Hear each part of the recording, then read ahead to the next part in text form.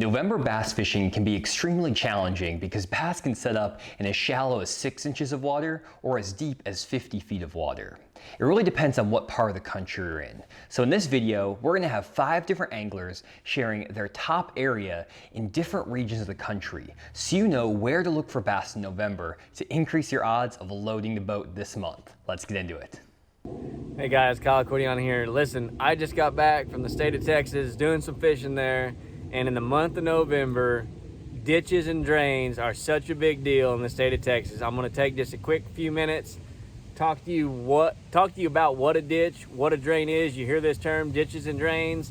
I got my Lowrance pulled up here. I'm going to show you the CMAP mapping. I'm going to show you what they look like on a map, and I'm going to show you where the fish relate to them and why they're so important in Texas in the month of November. So when we're talking ditches and drains in Texas, you're typically talking about areas that have grass. It's really important, but the terminology can be confusing. I remember when I first heard somebody tell me they're catching them in a drain, I was like, what's a drain? A drain is just a creek channel. So here we are, we're in a popular area on Lake Sam Rayburn. This is Five Fingers. There's a lot of grass that grows in Five Fingers typically. But as you come in here, you're gonna see this is the main lake. We come off the main lake, we're following the creek channel, that blue line shown by my CMAP mapping. As you start to get back here, you start to develop a lot of geometry. So you can see the shallower point here that comes out. You got a little point here. This right here in between, this is a ditch, this is also a drain. The term's interchangeable. This is a ditch, a drain, a small creek bed, whatever you want to call it. That's a ditch and drain. And why that is so important, it is defined by 2 points, but more importantly, there's grass growing. Everywhere that you see that's orange and yellow and a little bit of light green, the grass is growing. It's following this perimeter, the grass is growing. And when you get right here, it's so deep there, the sunlight can't penetrate, and you've got no grass growing. So what this does is it creates a barrier for the bait as they come in. Just to reiterate, everything that you see here is a ditch and drain. This is a ditch and drain. This is a long ditch and drain that comes back here and it goes into 2 smaller ones. So you've got small ditches and drains that come out here, and then you've got your larger ditch and drain that's here. So sometimes the fish will be in the little bitty short shallow drains where you're just positioning your boat here, casting into there, and fishing that drain. Again, that's a longer ditch or drain. Back here is 2 little short ditches or drains. So now that you know what a ditch and drain looks like on your map, why are they so important? The reason they're so important in the month of November and other times of the year as well, because it allows the bass to more easily ambush the bait. It is that simple. As you're working your way back into these ditches and drains, just like we talked about in some of our other videos, how points are important, they are. A lot of times the fish are sitting on the points that lead into the ditches and the drains. And so the fish will push these bait from the points along the edges in the middle of these ditches and drains. A lot of times those fish will sit out there suspended or hidden in some brush piles or timber that's out in those ditches and drains and wait for the bait to come on in, and then they can go after them and push them up and pin them up against those edges of that grass.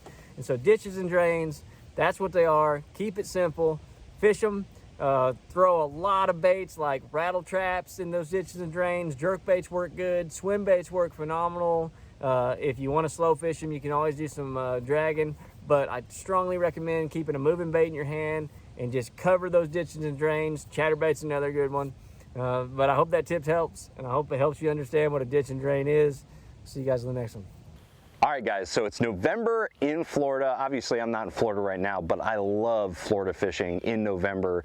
And while the rest of the country is kind of going through that standard, fall transition period where the bass are following shad into the backs of creeks, Florida's just completely different. Florida's always kind of doing its own thing. And one of the things that's really special about Florida is that a lot of times in that late October and November time period, you sometimes will get a very solid, secondary spawn. So when the water temps kind of drop into that perfect spawning range, like they rise to in the spring, sometimes you'll get a really solid spawn, and so the fish tend to gravitate towards the same areas that they spawn in the spring. So emergent grass flats that have hard bottom, where you've got Kissimmee grass, maybe some reeds, maybe lily pads, a mixture of different grasses, those fish are going to be in the same kind of areas that you find them in the spring. So what I like to do in Florida during November is just cover water. You know, fish a bait that allows you to keep the trolling motor on high and just make long fan casts and help you just get a few bites to key you in on the productive areas. A bait like this right here, this is a swimming worm. This is a perfect example of a bait that is going to help you break down a lake very, very quickly and fish these grass flats. I just love throwing a swimming worm, and other baits work too, you know, like toads or you know, chatterbaits. Anything like that is going to work. Just make sure you're covering a lot of water until you start getting bit, and then you can slow down. Another key to the Florida fishing and when it comes to these emergent vegetation grass flats is that sometimes you'll find them on the outside edge where they were during the summertime. Sometimes they'll be in the center of the grass flats, and then sometimes they're going to be spawning or you know, thinking about spawning on the inside grass edge during this time of year. So just make sure that you cover water. Again, that is the biggest key until you figure out what zone they're in. So Florida fishing can be really, really cool. It's very, very different than the rest of the country during November, but that doesn't make it any less exciting. So go cover some water on these grass flats and catch some Florida bass. If I could pick one piece of cover to fish during the month of November on a lake that potentially may freeze over, I'm going to choose a hump. Humps generally are one of the best areas for fish to go and winter in, and therefore they are great targets. If I'm looking for a productive hump, I'm going to be offshore, somewhere that is closest to some of the deepest water in that lake. So if it's a body of water that has a 40-foot hole and there's a hump that maybe comes up to 15 or 20 feet close to that deep water hole, that's what I'm going to be looking for. Additionally, humps that are located outside of big shallow flats. So if you've got a big grass flat, a lot of times if there's a hump just outside of that grass flat, that's where your largemouth are going to be. That's where a lot of your smallmouth could be. They're going to be set up in areas that are not dramatically far away from where they were during the summer months, but keep in mind that they're also going to move from their wintering areas to their spawning locations. So if you're talking about a northern natural lake, a lot of times your largemouth will just move right outside of the shallow flats and the weed beds that they spend their time in. The smallmouth will probably be more on a main lake that are really close to that deep water area. But in either case, a hump is going to be one of your primary targets to fish during November. Now for me, I've got a handful of baits that I really like to use. Now if I've got a deep water hump that I can get down to and deflect off some rock, a big deep diving crankbait like this Berkeley Dredger is going to be one that I absolutely love. The crankbait is one of the few baits that in really cold water can still get fish to react to it. You can create those reaction strikes, and that's one of the things that I love about it. Now, if I can't get them to react to a big crankbait, that's when I'll slow down and go with either a football head jig like this Dirty Jigs football jig that's matched up with a small Berkeley Boss Grub, or either a drop shot with something like this Berkeley Max Scent Flatworm. Now in that case, it really just comes down to if I'm targeting largemouth or smallmouth. Generally speaking, I'll go with the smaller finessey drop shot with the flatworm for smallmouth. For largemouth, I'll go more with the football head jig. Now if I'm fishing deeper than say 20 feet, that's when I'm going to rotate over to a blade bait. A blade bait is one of my favorite cold water baits to use during the month of November and right before ice up. This is a Silver Buddy, one of the most old reliable blade baits that's been out there. But a blade bait allows you to still generate some of those strikes because it does a great job in mimicking a dying bait fish. And as we all know, there's going to be some form of die-off as that water temperature starts getting close to the coldest water of the year. And therefore, a blade bait does a great job in mimicking those dying bait fish. So if you're heading out to the lake in November, make sure you dress warm, but you can still catch some bass too. So just look for those humps that are located outside of some of your major flats, as well as some of those humps that are located closest to the deep water on the main body of main lake, and you will catch a few extra fish. Before we get to the next area, I would appreciate it if you went down below and checked to see if you're subscribed to the Bass Fishing Declassified YouTube channel.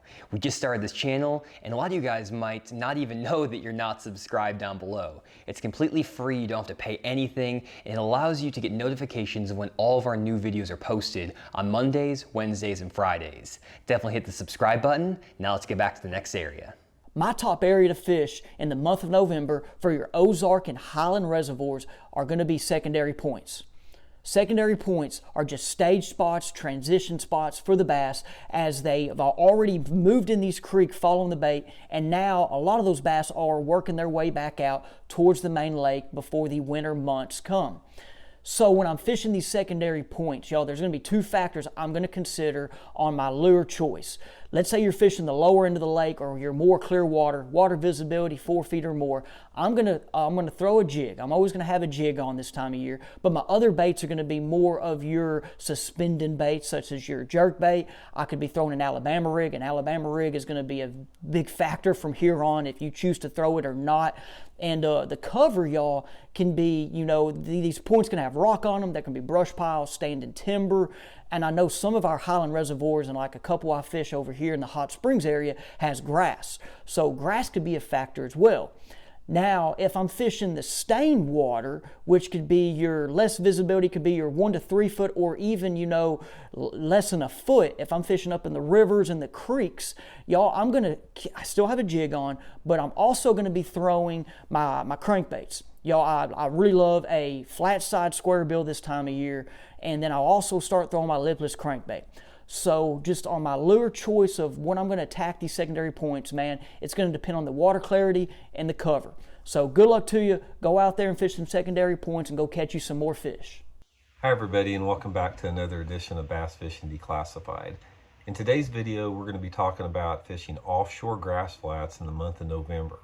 Now, when you're talking about fishing offshore grass in the United States, you're dealing with like a minority of lakes because most of the lakes in the country do not have offshore grass flats. When you're talking about this, you're limited to lakes like the TVA impoundments. There are some tidewater fisheries like the Potomac River. Florida has them, some areas in Texas and Louisiana. And then you'll have them up north on places like Lake Minnetonka in Minnesota, maybe Lake Champlain in Vermont, New York border, something like that. So there's a couple different things when you are deciding how to approach an offshore grass bed. A lot of it depends on these variables such as how deep the grass is, what type of grass it is, what the water visibility of the grass is, and the overall density of it. That gives you a good indication of the techniques and how you need to approach this.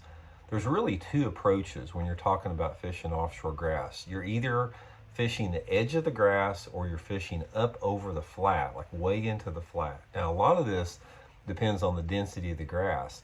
Normally what you have that's a little bit different in the fall time of the year or this time of year is the grass tends to be thicker than normal. The grass is mature, it's usually topped out. It's not like it is in the pre-spawn when the grass is like 3 to 4 foot under the surface. So you're dealing a lot of times with grass that is visible. And this grass can be visible for these large areas of flats. So you have to determine whether you need to fish on the edge of the grass or back on the flat itself. A lot of this depends on how thick it is. If you're fishing a grass flat that is really thick and matted, most of the time those fish are going to be on the edge of the grass sometime. And one of the best ways to catch them is just troll your boat along the edge of the grass and flip and pitch a heavy creature bait or a heavy jig into the holes in the opening of the grass, anywhere between 2 to 10 foot back into the grass. This is a really good way to catch them. Also, if you notice some openings or holes like over 12 inches in diameter, you can do the same thing by casting a topwater frog or a toad and let it basically run it through those openings, let it set in the holes, and you can catch some good fish like that. Now, if you're fishing a grass flat that's a little bit scattered and a little bit more open, maybe like some of the Florida lakes have, or like some of the, like the Potomac River has, where you have sparser milfoil, sparser grass that's not just topped out everywhere, this is a really good time to cover water on that flat. And one of my favorite ways to do it, if the grass isn't too thick, is to get out in there in the middle of that flat and take like a chatterbait, a spinnerbait, a small buzzbait, something like that, where you can cover water and just fish and cover water on that flat until you locate the fish.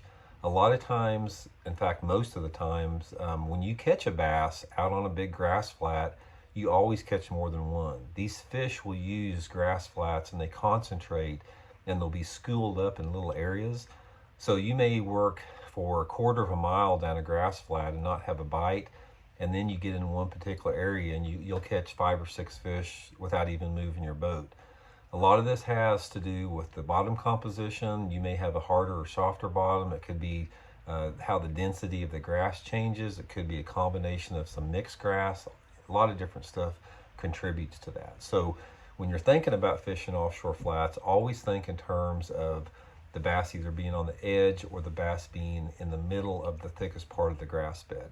So that's the main thing to realize, guys. You have to break down the grass. You have to determine how thick it is, what the water clarity is on it, and then that will give you a good indication of the techniques that you need to try.